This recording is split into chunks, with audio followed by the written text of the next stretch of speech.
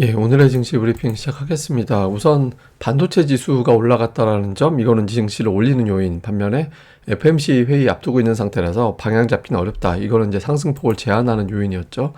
그리고 이제 반도체 지수 호조로 시장이 올라가긴 했는데 반도체 업종 내에서도 종목별 차별화가 났다. 와 하고 전체적으로 올리지 못했다라는 거는 그만큼 좀 조심스러워하는 대목도 시장에서는 있었다라는 의미가 되는 거죠. 그리고 이제 미국의 CPI, 이번 주 중요한 미국의 일정 중에 첫 번째 CPI가 공개되는 그런 날이고요. 그리고 시장은 전체적으로 보면 어떤 그 대형 업종이 시장을 주도적으로 끌고 올라간다라기보다는 그러니까 순환매만 계속 도는 그런 형태가 나타나고 있거든요. 그래서 이런 내용들 뭐 좀 설명드리도록 하겠습니다. 우선 이제 미증시는 반도체 지수가 열일했죠. 예, 그러니까 뭐 브로드컴이 오늘 9%나 급등을 했고 올라가는 과정에서 CT에서 AI 사업 부분 전망이 밝다 그러면서 목표 주가 1,100달러 제시를 했고 마이크론 테크놀로지도 오늘 두 가지 재료 그러니까 뉴욕주에 100억 달러의 어떤 칩 단지가 조성된다라는 거, 그다음에 UBS에서 마이크론의 목표 주가를 90달러로 상향한다. 이 두 가지 요인은 우리 증시에서 반도체주를 올릴 수 있는 상황이 재료가 되니까 시장에 긍정적인 재료가 됐고요. 그리고 또 하나는 기대 인플레이션이 진정이 되고 금리에 대한 부담도 덜어내고 있다는 점. 이게 뉴욕 연은 기대 인플레이션인데 1년 기대 인플레이션이 3.4%가 나오면서 2021년 4월 이후에 가장 낮은 수준으로 떨어졌거든요. 그래서 물가가 떨어지고 있구나. 이게 다시 한번 확인이 된 데다가 오늘 발행됐던 미국의 국채 발행 금리가 지난달 직전에 발행됐던 4.35%대보다 훨씬 낮은 4.296%로 발행이 됐다라는 거죠. 그래서 금리와 인플레이션에 대한 우려도 역시 덜어진 거고. 그러니까 웬만하면 지수가 이제 플러스를 낼 수 있는 환경이었죠. 그러니까 하나 좀 걸리는 게 이제 CPI 앞두고 있는데 이게 주요 금융기관별 전망치거든요. 헤드라인은 대체로 3.1에 수렴하고 있고 다음에 전월 대비 같은 경우는 거의 안 늘었을 것 같다.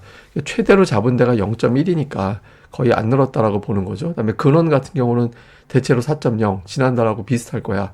전월 대비는 0.3에 수렴하고 있어서 CPI 앞두고 이전만큼 긴장도가 그렇게 높진 않습니다. 그러니까 대체로 비슷하게만 나와주면 그 연준이 금리는 어쨌든 동결하고 잘하면 내년도 하반기에 인하하겠구나 이런 기대감은 유지가 될 수 있는 사안이 됐죠. 그래서 해외 쪽에서 넘어온 재료는 뭐 대체로 우호적이었고 이런 내용들이 지수를 플러스로 만들어낼 수 있는 환경을 만들어줬습니다. 그러다 보니까 코스피가 오늘 조금 의미가 있었던 게 그 121선 돌파를 했잖아요. 근데 121선 위에서 이틀 연속 머물렀던 거는 9월 이후에 처음이었거든요. 9월 말에 이게 이탈되고 나서 121선 지난번에 회복했다가 그게 바로 저항되면서 그 다음날 빠져버렸잖아요. 그러니까 오늘은 올랐습니다. 그래서 이틀 연속 121선 위에 있다. 이게 이제 지지선으로 바뀌느냐 아니면 이제 이번에도 이게 고점이 되느냐가 되게 중요하죠. 그래서 오늘 의미 있는 걸로 올라왔다 이렇게 볼 수 있겠고, 근데 코스닥은 오늘 좀 특이한 현상이 또 일어났죠. 보시면 한시 구간에서 갑자기 코스닥이 툭 하고 튀어 올라가는 그런 모습을 보였고 2시에 갑자기 뚝 떨어졌잖아요. 루머가 돌았습니다. 그러니까 양도세 관련된 발표가 오늘 2시에 된다더라 그런 루머가 돌았거든요. 그래서 쭉 하고 매수 들어가서 30억으로 상향되나 보다 라고 올라갔다가 2시가 떡 하고 됐는데 발표가 안 나왔어요. 예, 발표가 안 나오다 보니까 실망에 또 매도가 쭉 나왔다가 그래도 마감 때 나오지 않을까? 내일 나오지 않을까? 그러니까 이런 기대감이 있어서 막판에 이제 지수를 움직인 거는 이제 양도세 관련된 루머.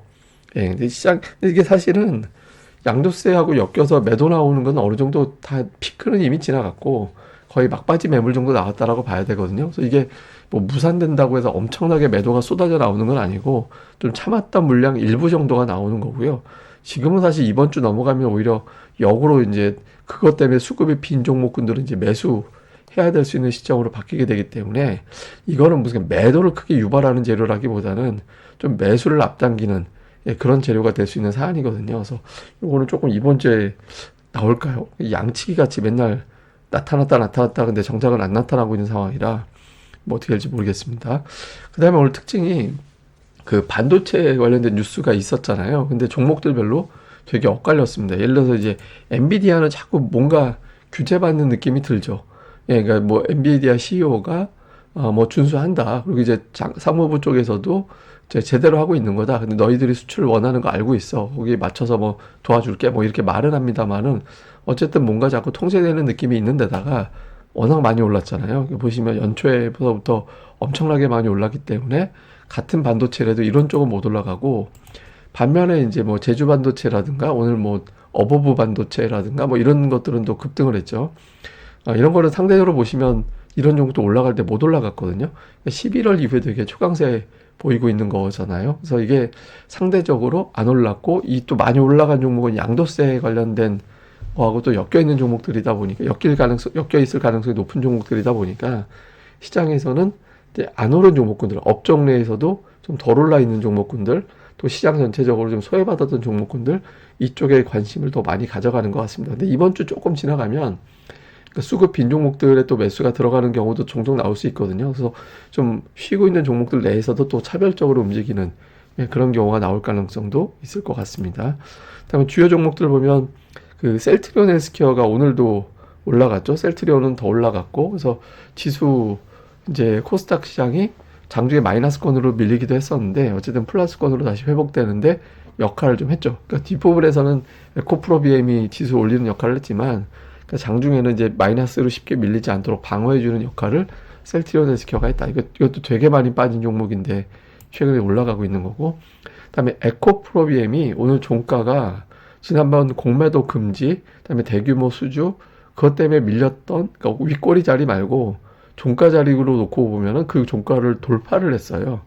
예, 근데 이거 에코프로는 또 반면에 부진하잖아요. 그래서 그 2차 전지 내에서도 종목별로 차별화가 된다. 그러니까 시가총액이 너무 무거워져 있어서, 커져 있어서 전체를 다 달려들기보다는 그 중에 산별적으로 움직이는 그런 형태를 좀 보였고요. 그리고 이제 YG 엔터 같은 어떤 엔터주들 같은 경우는 돌고 돌아서 가만히 보면 별로 올라간 거 없는 그런 형태가 반복이 되죠. 그러니까 힘있게 막 죽어라고 한 3주 올라갔다 뚝 떨어지고, 또 하루 급등했는데 뚝 떨어지고, 이렇게 되면서 추세를 쉽게 만들어내지는 못하는 것 같습니다. 그리고 오늘 뭐 그 LS 머트리얼즈가 또 상장하면서 수급 블랙홀 현상이 또 나타나다 보니까 다른 종목의 어떤 넘어갈 수급이 좀 초반에 좀 빼앗겨져. 그게 상한가로 마감돼서 오전에 뭐 1조 원 밑으로 이제 거래대금이 끊어지긴 했지만, 초반에 이미 뭐 10시 조금 더 돼도 이미 거래대금이 9천억이었거든요. 그래서 조금 이제 업종별 종목별 수급의 어떤 블랙홀 현상이 나왔고, 그게 이제 오후장까지 좀 후유증이 있었던 경우도 있었다. 이렇게 이제 봐야 될 것 같습니다. 자, 수급에서는 외국인들 이번 주 일단 매수로 계속 진행이 되고 있는데, 선물이 지금 역대, 이번 사이클로 보면 역대 최대 매수 들어왔거든요. 이게 좋은 측면도 있지만 한편으로 이제 이 연말 넘어가서 저거 매도로 바뀔 때 신차가 어떨까, 그게 또 궁금하긴 합니다. 그래서 어쨌든 외국인들이 주식을 뭐 샀나 봤더니 셀트리온을 오늘 제일 많이 샀고요.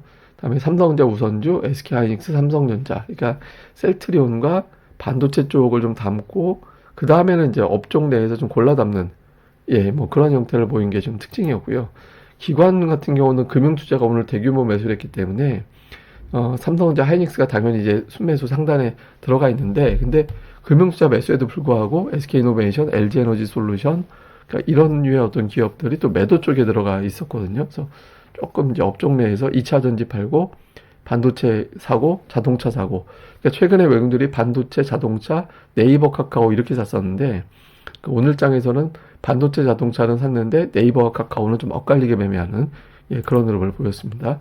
다음에 코스닥 쪽에서 외국인들은 오늘 에코프로비엠, 위메이드, 셀트리온 헬스케어, 에코프로, 그러니까 2차 전지주를 좀 골라서 담는 그런 모습을 보였고, 그 아래쪽에는 이렇게 특별하게 업종별 특징은 없었어요. 그러니까 업종별로 뭐 사고 팔고 좀 가리는, 뭐 반도체도 사는 종목, 파는 종목 좀 엇갈리는 형태를 보여서 좀 차별적인 움직임을 보였고, 기관은 그냥 골라서 담았죠.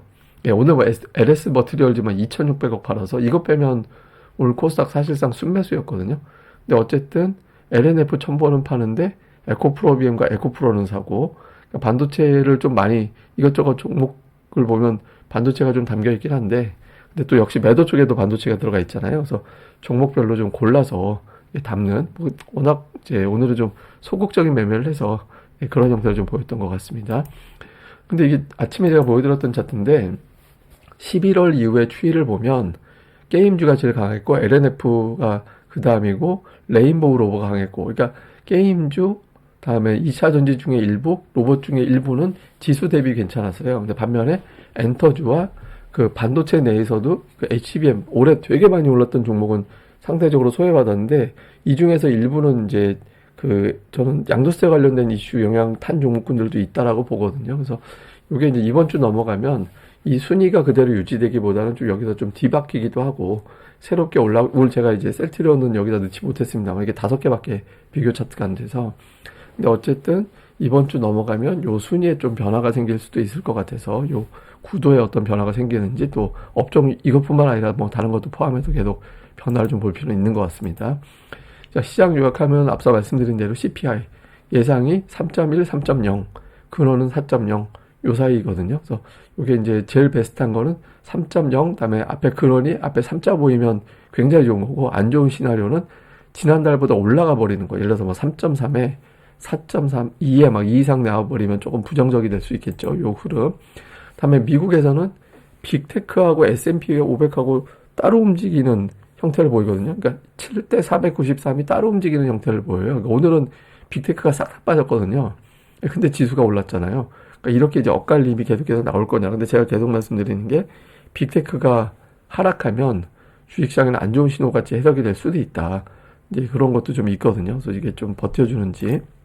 그 다음에 앞서 말씀드린 대로 지금 업종 장세가 아니라 업종 내에서 차별화 장세가 나타나고 있어서 종목 선별을 조금 더 신중하게 해야 될 때인 것 같다. 그리고 오늘 뭐 특징주로는 이런 종목군들이 선별적으로 올라갔습니다. 그 다음에 이제 저는 그 시총 2위 경쟁을 좀 주목을 하는 게 제가 몇 번 예전에도 말씀드렸잖아요. 그러니까 2위하고 3위하고 뒤집힐 가능성도 있다고. 근데 보시면 지금 또 4조 원대로 좁혀졌거든요. 4% 정도로 이제 다시 좁혀졌어요. 근데 이게 지금 역전될 가능성을 시장에서 보는 게 보통 순이익, 순이익이 뒤집히면 시가총액 순위가 바뀌는 걸로 보거든요.